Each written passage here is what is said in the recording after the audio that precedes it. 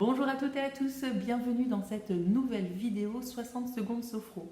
Je m'appelle Caroline Sobanski, je suis sophrologue et aujourd'hui nous allons communiquer sur la notion de stress. C'est quoi le stress? Eh bien tout simplement c'est une réponse physiologique et psychologique aux événements qui remettent plus ou moins en question notre équilibre personnel. Elle peut revêtir un côté négatif mais également un effet positif. Les causes sont externes, objectives et objectivables. Donc, c'est-à-dire qu'on peut potentiellement agir sur les événements stressants, sur les agents stresseurs. Par exemple, un permis de conduire, cela peut être passer un examen médical ou toute autre chose. Revenons tout d'abord sur les causes externes. Elles sont multiples et peuvent favoriser le stress.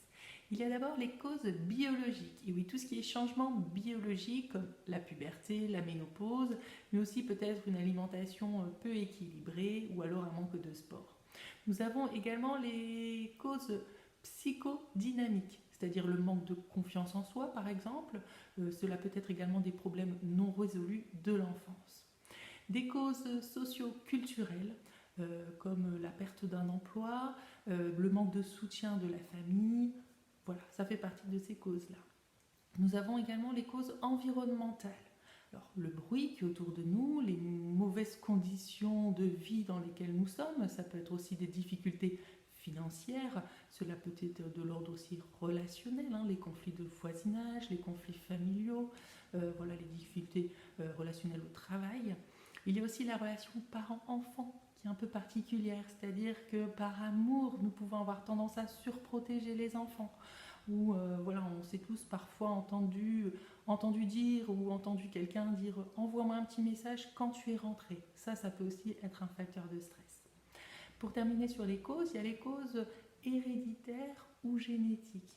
Donc là, en fait, les études médicales, scientifiques, n'ont pas encore démontré à 100% qu'il y avait un gène qui favorisait le stress, qui multipliait les effets de stress sur quelqu'un. Donc là, c'est toujours en cours d'études. Les études disent oui, disent non, ce n'est pas encore très clair. Concernant l'hérédité, c'est un peu le même principe. C'est-à-dire qu'on peut peut-être remarquer autour de nous une personne qui est stressée, ses parents l'étaient également, mais en même temps, quand on regarde dans une fratrie, on voit bien que tous les enfants ne sont pas stressés. Donc là, on entend encore des études pour que les résultats soient plus clairs et plus fiables. Maintenant, explorons le caractère positif et négatif du stress. Alors, le stress a un effet positif. Et oui, quand nous stressons à petite dose, cela nous booste, ça nous aide à nous surpasser. Il faut savoir qu'aussi ça nous protège et ça nous met en alarme sur certains environnements. Par exemple, un étudiant qui passe ses examens, le fait d'être stressé, la veille, il va réviser, redoubler d'attention. Il va davantage se concentrer et mémoriser pour réussir le jour J. A contrario, le stress peut être négatif quand il est trop fort, qu'il prend trop d'ampleur, qu'on n'arrive pas à le calmer. D'ailleurs, ça peut même générer certaines maladies cardiovasculaires et autres.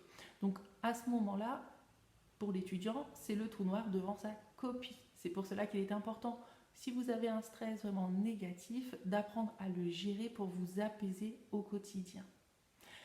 N'oublions pas, sur le côté positif et négatif, dans notre société, on en parle toujours en mal de nos stress, mais attardons-nous plutôt sur le fait que c'est vraiment un indicateur pour notre vie au quotidien et qu'il nous protège. Pour conclure, je voulais vous dire que le stress constitue le noyau fondamental de toute action d'adaptation, même si dans notre société il revêt un caractère plutôt négatif. N'oubliez pas qu'il y a le stress positif et il est indispensable à la vie. Voilà, c'est terminé pour aujourd'hui. Je vous remercie de votre fidélité. Je vous dis à très bientôt dans une prochaine vidéo. Et surtout, je compte sur vous pour mettre des petits commentaires. Je tâcherai d'y répondre rapidement. Voilà, salut et à bientôt!